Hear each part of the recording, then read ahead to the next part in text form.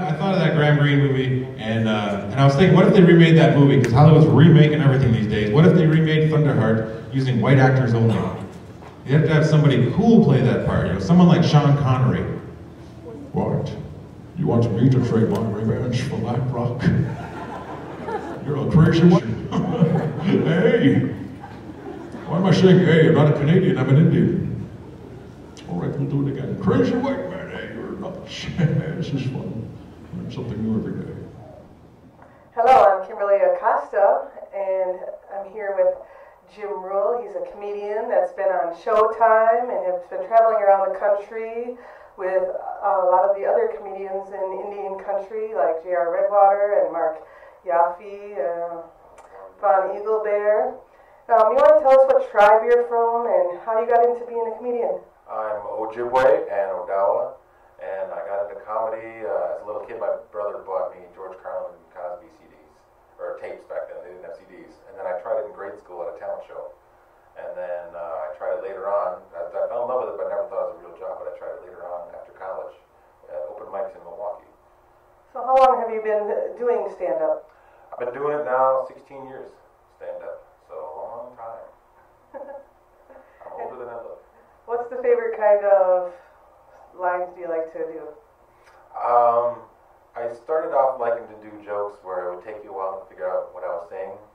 I was a big fan of Emo Phillips, so kind of like clever jokes, but now kind of getting back to my roots of kind of telling poop jokes. That's just what I'm writing, and I'm writing a lot about my daughter and my family, just kind of personal stuff, you know. Before I was like kind of political Native American jokes, and now I'm kind of moving more into a more personal space with it all, and hoping to like cross over more and do mainstream with that. Can you tell us what it was like to do a show for Showtime? That was really cool. You know, that had been my third television appearance, and so in terms of being nervous, I wasn't as nervous as I was the previous times. But three of the other guys on that special, that was like their first big TV spot, or two of them, for Vaughn and JR, and they were just like nervous wrecks. You know, they were like facing death, and so it was kind of, I was like, it's really cool, guys. And then Howie Miller, one of this Canadian comic, came down. I'd never seen him before. He did the Schwarzenegger impression and a Sean Connery impression, which I closed with, which I had plenty of close with. So I watched that, I was like, okay, now I'm nervous, because I have no idea what I'm going to be doing. So, and the guy that taped it said, man, you look really nervous in your shipping. I was like, well, yeah, I had to redo my whole set, but then they edited it really well, so it looks like I was home. Somehow they did that. What was the other appearances that you did? I did The World Stands Up, which is taped in London, England. Imagine that, my first TV experience for a Native American was in Europe. And that was really cool. You know, I went over there and they said, well, what do you call us over here? And they were like, we don't know. So I was like, the Native American, American Indian, or what is it? They're like, just explain it. I was like, okay. And that was really cool. I was over there for 5 days, and I couldn't eat the food, man. It made me feel weird. And London was an awesome, really cool city, but it felt weird because I was like, I think I'm the only native here. You know, I was like, it's like me and Pocahontas, that was it, you know. But that was really cool. I met comedians they had comedians like all over the world there. South Africa, they had some from New Zealand and Australia. And those guys were super excited to see a native comedian. They're like, hey, my grandma was part Maori. And I was like, you guys do that over there too? I was like, you guys are weird. And so, yeah, they were all excited about it over there. And the guy that produced it said I was like the big thing in their DVD. When they made it a DVD, they would say, oh, we have this American Indian on our DVD. And it was funny. The first night we went exploring and checked out pubs and stuff, and then we got lost, and they looked at me for directions. I'm like, I'm not of this land. I don't know how to get back. But that was a really cool experience. And what was the other one? You said you did a couple of them? Yeah, the other one I did was for a documentary called Crossing the Line, which was a documentary featuring, and they had performances of mixed race comedians. So that was really cool because that was the first time. I've always had tension about being half white and half Native American. It's always confusing, you know. It's always like, what am I? And for the audience, everyone in the audience, there was a Southern California Multicultural Association. So everyone in the audience was mixed race. And I got out there, and I just felt calm. So any kind of anger that is like feeds some of my material and is always kind of there was just gone because I just felt so calm. And I was just like, hey, you guys, I don't know how to joke with you guys because I feel home here. I felt home in a new way that I've never felt, you know. I feel home when I go home to Milwaukee. I feel home when I go to Bay Mills, the reservation. And, you know, I feel home when I went to Stanford, it was like all nerds, you know, all these valedictorians and super nerds, and I'm a super nerd, so that felt like home to that. And then this was a whole considered being surrounded by mixed race people, and it was just like it's like calm went over me. It was weird. What was it like sharing the stage with Charlie Hill? Sharing the stage with Charlie Hill, which I've done a couple times now. I think 3 times now. Yeah. He keeps claiming more and more. He's my dad, so it's like it's a nice like family thing going down, and it's cool because we're both Wisconsin natives, and I almost don't even think about it now because I know him now. But to think that he's such a sort of a pioneer along with him and a few other native comedians, but he went through a lot of it alone. I think on the TV, doing Richard Pryor and all those things, and kind of. He was on Roseanne. He wrote for Roseanne. He wrote for Roseanne Barr, who was like a friend. That's the cool thing about stand-up. You get to be friends and meet all these people. I've met so many people that I've admired, like George Carlin and Charlie Hill. And but he's got so many stories because he was there in the '80s when all these big names were there. He was good friends with David Letterman and Richard Pryor and Sam Kinison. I mean, you name it, they all know Charlie. They always ask me about that. You know Charlie Hill? Yeah, I know Charlie Hill. It's my dad. And it seems like you've been on a lot of the tours from the How Comedy Jam to Chiefs of Comedy, and now you're starting another tour that's coming up that you're kind of headlining it. You want to tell us about that? Yeah, I got this other tour. I've worked with Shoshonia. She's a Navajo, and she lives in LA. She does modeling and acting, and she's also a writer. She just got a bachelor's in writing.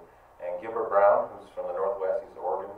He belongs to 4 tribes: Modoc, Klamath, Paiute, and Warm Springs. And his name Gilbert Brown, which is also the name of a Green Bay Packer football player, but he's not the same guy.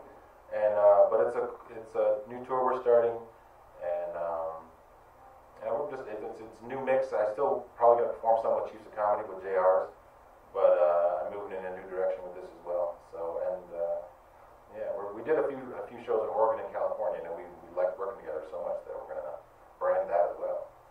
And is there anyone else that you do imitations of in your comedy set? I can do. Let's see if I can whip it out. I can do a nice Hannibal Lecter. You still have a line scream, Clarice. It's fun to turn the lights off and like scare the heck out of somebody. Kimberlie, you still hear lambs crying at night. I can do a lot of impressions. I don't have them like fully fleshed out and stuff. Like I'm trying to do the Toy Story ones, but man, Tom Hanks is a weird voice to do. And the Shrek, yeah, and Donkey, and yeah. But you're able to do him in what was it with Forrest?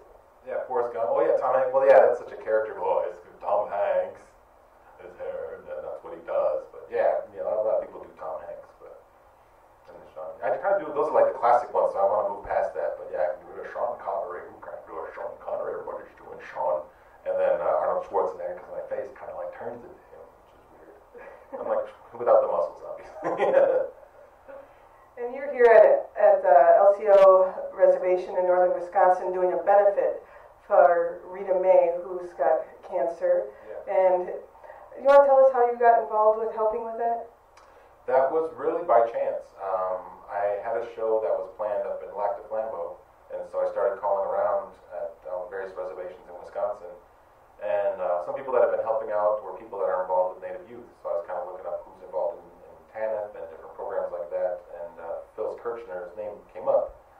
And then I was just going to see if I could find her on Facebook. And I opened my profile, and she just liked something or commented on my page. I was like, oh, hey, you're in Lac du Flambeau. I'd like to come and perform there. And her niece is Rita. So she was like, well, how about doing a benefit for that? I'm like, yeah, that sounds great. Anyone out there wants to get a hold of her and help donate to the cause to help pay for some of Rita's treatments and stuff, we'll put that up there. And is there anything else that you're working on that's coming up? I'm working on well, you can look us up on my website, nativecomedian.com. I'm going to be redoing that whole thing, and I'm working on a new web series that I'll be probably producing within the next month. And that'll be me just kind of commenting on topical stuff. And I'm working on writing some shorts and producing some shorts for channel101.com, which is a great way. A lot of the guys who do the digital shorts on Saturday Night Live got started there, submitting to there, and they got discovered through that. So, I'm trying to get more into producing film and things like that. So that's what's coming up. And also, I'm trying to do more giving back. So doing more charities, things like this. So if there's anyone out there looking for entertainment to do a fundraiser or something, that's something I'm looking to do more of too. And do you have any kind of advice you want to give to any young, up-and-coming people that want to get into comedy? Yeah, one is don't wait, try it. I waited 24 years of my life to try stand-up before I tried it, and I thought, why did I wait so long? It's so much fun. And then the second thing is just to remember that it's not a sprint, it's a marathon. When you do start, it's some growing period to it, and just stick with it and ride it out. And don't be afraid to try it. You're funny, so people are asking you to do it. You're funny, you should try that, and take it seriously. You know, it's a funny career, you know, and some people don't appreciate stand-up, but there's people that do respect it, and you see a lot of people that I went to Stanford, and I have a lot of friends that went to Harvard and Yale and do stand-up, and so it is kind of a thing that, you know, it's not, oh, you just tell jokes, but it's a craft and something you really have to work hard at. Is it really tough to have to come up with and remember what you're supposed to talk about when you get up on the stage? Yeah, I have a horrible memory, so when I did the first TV taping, I was so nervous I would just blank out, and I literally don't remember what was going on, other than I know when I get nervous I talk really fast, so I was worried about whipping through my set because I had to do 7 minutes, and then I did all my jokes, and I got to the end, and the light still hadn't gone on yet, and I was so scared, so I was like, what else do I got? And I just thought of a few more jokes, I did those, still no light, and I just like, thanks everybody, and walked off. And they got off, they're like, sorry Jim, we forgot to give you the light. I thought I was going to get yelled at, but